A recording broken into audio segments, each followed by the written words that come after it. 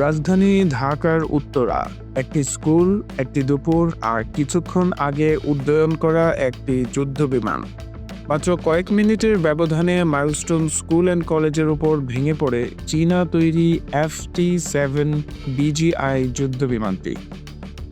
এই দুর্ঘটনার পর বহু সংবাদ মাধ্যম বলেছিল এটা নাকি ছিল একটা প্রশিক্ষণ বিমান, কিন্তু ISPR স্পষ্ট করে জানিয়েছে এটি কোনো সাধারণ ট্রেনিং প্লেন নয়, এটি একটি যুদ্ধে ব্যবহার উপযোগী যুদ্ধ বিমান যা প্রশিক্ষণের অংশ হিসেবেই ওড়ানো হচ্ছিল।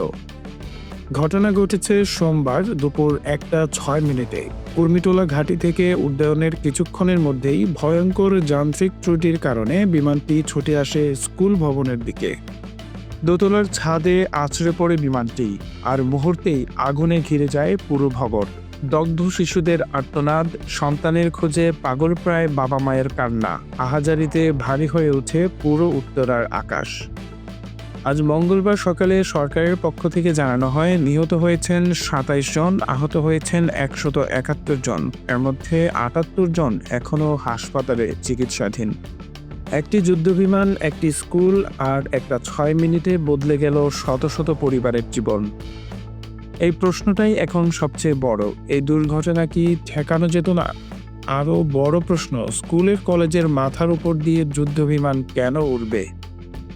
এই ঘটনার আপনার প্রতিক্রিয়া জানান কমেন্টে। ভবিষ্যতে এমন দুর্ঘটনা ঠেকাতে কি হওয়া উচিত জানিয়ে দিন আপনার মতামত।